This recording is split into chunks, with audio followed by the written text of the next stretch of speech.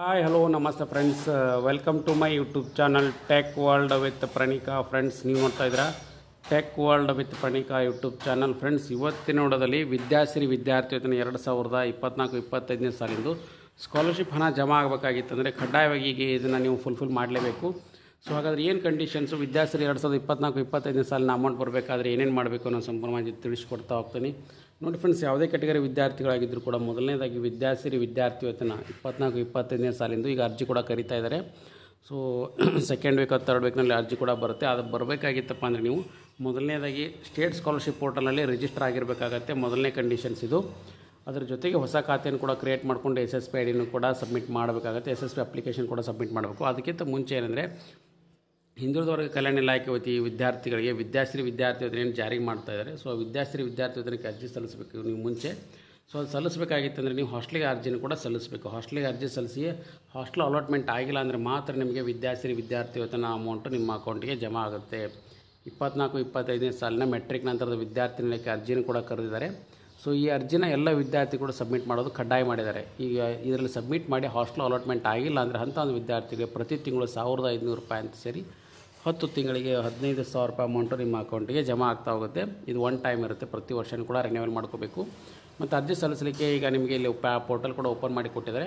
So ಇದನ್ನೆಲ್ಲ ವಿದ್ಯಾರ್ಥಿಗಳು ಕೂಡ ನೋಡ್ಕೋಬೇಕು. ಇಲ್ಲಿ ಕ್ಲಿಕ್ ಕೇರ್ ಟು ಅಪ್ಲೈ ಇದಲ್ಲ, ಇಲ್ಲಿ ಬಂದು ನಿಮ್ಮ SSP ಐಡಿನ ಮತ್ತು ಅದ್ರ ಜೊತೆಗೆ ಅರ್ಜಿನೂ ಕೂಡ ಸಬ್ಮಿಟ್ ಮಾಡಬೇಕಾಗುತ್ತೆ. ಇಲ್ಲಿ ಪೋಸ್ಟ್ ಮೆಟ್ರಿಕ್ ಸ್ಕಾಲರ್ಶಿಪ್ ಏನಿದೆಯಲ್ಲ, ಸೊ ಅದು ವಿದ್ಯಾರ್ಥಿ ನಿಲಯ ಪೋಸ್ಟ್ ಮೆಟ್ರಿಕ್ ನಂತರದ ಹಾಸ್ಟೆಲಿಗೆ ಅರ್ಜಿ ಸಲ್ಲಿಸಬೇಕಾಗುತ್ತೆ. ಇಲ್ಲಿ student studying in the class 10th ಅವರ graduation post graduation can apply for hostels under post matric ಇದೆ. ಸೊ ಇಲ್ಲಿ ಅಪ್ಲೈ ಮಾಡ್ಕೋಬೇಕಾಗುತ್ತೆ. ಅಪ್ಲೈ ಮಾಡ್ಕೊಳ್ಬೇಕಾದ್ರೆ ನೀವು SSPನಲ್ಲಿ ರಿಜಿಸ್ಟರ್ ಆಗಬೇಕು. SSP ರಿಜಿಸ್ಟರ್ ಆದ ನಂತರ ಮಾತ್ರ ಅವ್ರ ಅಕೌಂಟಿಗೆ ಏನಪ್ಪ ಅಂದರೆ ವಿದ್ಯಾಶ್ರೀ ಅಮೌಂಟ್ ಬರುತ್ತೆ. ಅದು ಹಾಸ್ಟೆಲ್ ಅಲಾಟ್ಮೆಂಟ್ ಆದರೆ ಅಂಥ ಒಂದು ವಿದ್ಯಾರ್ಥಿಗೆ ಬರೋದಿಲ್ಲ. ಹಾಸ್ಟೆಲ್ ಅಲಾಟ್ಮೆಂಟ್ ಆಗದೆ ನಿಮಗೆ ಏನಪ್ಪ ಅಂದರೆ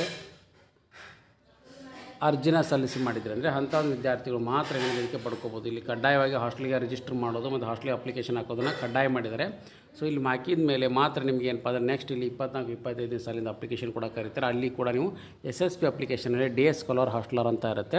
ಅಲ್ಲಿ ನಿಮ್ಗೆ ಹಾಸ್ಟೆಲ್ ಅಲಾಟ್ಮೆಂಟ್ ಆಗಿತ್ತು, ಹಾಸ್ಟೆಲಲ್ಲಿ ನೀವು ಓದ್ತಾ ಇದ್ದರೆ ಇದ್ಕೊಂಡು ಓದ್ತಾ ಇದ್ದರೆ ಅವರು ಹಾಸ್ಟೆಲರನ್ನು ಸೆಲೆಕ್ಟ್ ಮಾಡ್ಕೋಬೇಕು. ಡೇ ಸ್ಕಾಲರ್ ಅಂತ ಇತ್ತಂದರೆ ಸೊ ಅಂಥ ಒಂದು ವಿದ್ಯಾರ್ಥಿಗೆ ಹಾಸ್ಟೆಲ್ ಅಲಾಟ್ಮೆಂಟ್ ಆಗಿಲ್ಲ, ಅವ್ರು ಏನು ಮಾಡಬೇಕಂದ್ರೆ ಸೊ ಡೇ ಸ್ಕಾಲರ್ ಅಂತ ಸೆಲೆಕ್ಟ್ ಮಾಡಿ ನೀವು SSP ಐಡಿ ಎಂಟ್ರಿ ಮಾಡಿರ್ತೀರಿ, HMS ID ಕೂಡ ಕೇಳುತ್ತೆ. ಆವಾಗ ನಿಮಗೆ ಏನಂದರೆ ವಿದ್ಯಾರ್ಥಿಗಳಿಗೆ ಹಾಸ್ಟೆಲ್ ಅಲಾಟ್ಮೆಂಟ್ ಆಗಿಲ್ಲ 24-25ನೇ ಸಾಲಿನ ಅಂತ ತಿಳ್ಕೊಂಡು ಅವ್ರು ಏನು ಮಾಡ್ತಾರೆ 1,500 ರೂಪಾಯಿ ಅಂತ ಪ್ರತಿ ತಿಂಗಳು ಸೇರಿಸಿ 10 ತಿಂಗಳಿಗೆ 15,000 ರೂಪಾಯಿ ಅಕೌಂಟು ನಿಮ್ಮ ಅಕೌಂಟಿಗೆ ಪ್ರತಿ ವರ್ಷವೂ ಕೂಡ ಜಮಾ ಮಾಡ್ತಾ ಹೋಗ್ತಾರೆ. ಸೊ ಹಾಗಾಗಿ ಯಾರ್ಯಾರು ವಿದ್ಯಾರ್ಥಿಗಳು ವಿದ್ಯಾಶ್ರೀ ವಿದ್ಯಾರ್ಥಿ ವೇತನ ಪಡ್ಕೋಬೇಕಂತಿದ್ದಾರೆ ಕೂಡಲೇ ಈಗ ಅವೆಲ್ಲ ಓಪನ್ ಆಗಿದೆ. ನಿಮ್ಮ ಹಾಸ್ಟೆಲ್ ಪೋರ್ಟಲು OBC ಕ್ಯಾಟಗರಿ ಅವರೆಲ್ಲರೂ ಕೂಡ ಕಡ್ಡಾಯವಾಗಿ ಅರ್ಜಿನ ಸಲ್ಲಿಸಿಗೆ ಮಾಡಿ ಹಾಸ್ಟೆಲ್ ಅಲಾಟ್ಮೆಂಟ್ ಆದರೆ ಅಲ್ಲೇ ಇದ್ಕೊಂಡು ಓದಿ. ಹಾಸ್ಟೆಲ್ ಅಲಾಟ್ಮೆಂಟ್ ಆಗಿಲ್ಲ, ಹೊರಗಡೆ ರೂಮ್ ಮಾಡ್ಕೊಂಡು ಓದ್ತಾ ಇದ್ದಾರೆ ಅಂದರೆ ಡೇ ಸ್ಕಾಲರ್ ಸೆಲೆಕ್ಟ್ ಮಾಡಿ ಅರ್ಜಿನ ಸಲ್ಲಿಸಬೇಕು. ಸೊ ಇವೆಲ್ಲ ಕಂಡೀಷನ್ಸ್ ಫುಲ್ಫಿಲ್ ಆದರೆ ಮಾತ್ರ ನಿಮಗೆ ಅಮೌಂಟ್ ಬರ್ತಾ ಹೋಗುತ್ತೆ. ಅದು ಯಾವುದೇ ಕ್ಯಾಟಗರಿ ವಿದ್ಯಾರ್ಥಿ ಇರ್ಬೋದು, ಸಮಾಜ ಕಲ್ಯಾಣ ಇರ್ಬೋದು, ಪರಿಶಿಷ್ಟ ಪಂಗಡ, ಹಿಂದುಳಿದ ವರ್ಗ ಇರ್ಬೋದು, ಅಲ್ಪಸಂಖ್ಯಾತ, ತಾಂತ್ರಿಕ ಶಿಕ್ಷಣ, ಬ್ರಾಹ್ಮಣ ಇರ್ಬೋದು, ಆಯುಷ್ಯ, ಕಾಲೇಜ್ ಶಿಕ್ಷಣ ಇಲಾಖೆ.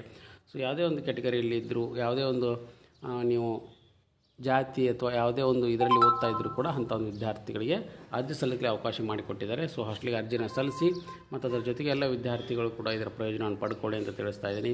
ಸೊ ಹಾಗಾಗಿ ಇದು ಲೇಟೆಸ್ಟ್ ಆಗಿರ್ತಕ್ಕಂಥ ಬಿಗ್ ಅಪ್ಡೇಟ್. ಇನ್ನು ಕೆಲವೇ ದಿನಗಳಲ್ಲಿ ಕೂಡ ಏನಪ್ಪ ಅಂದರೆ 24-25ನೇ ಸಾಲಿನ SSP ಅಪ್ಲಿಕೇಶನ್ ಕೂಡ ಕಾಲ್ಫಾರ್ಮ್ ಆಗುತ್ತೆ. ಅದಕ್ಕಿಂತ ಮುಂಚೆ ಹಾಸ್ಟೆಲ್ ಅಪ್ಲಿಕೇಶನ್ನ ಕಡ್ಡಾಯವಾಗಿ ಎಲ್ಲ ವಿದ್ಯಾರ್ಥಿಗಳು ಸಬ್ಮಿಟ್ ಮಾಡಿ. ಸೊ ನೀವು ಇದರ ಪ್ರಯೋಜನ ಪಡ್ಕೊಳ್ಳಿ, ಮೇಂಟೆನೆನ್ಸ್ ಅಮೌಂಟ್ ಎಲ್ಲರೂ ಸಿಗಲಿ ಅಂತ ಆಶಿಸ್ತೀನಿ. Thanks for watching the video.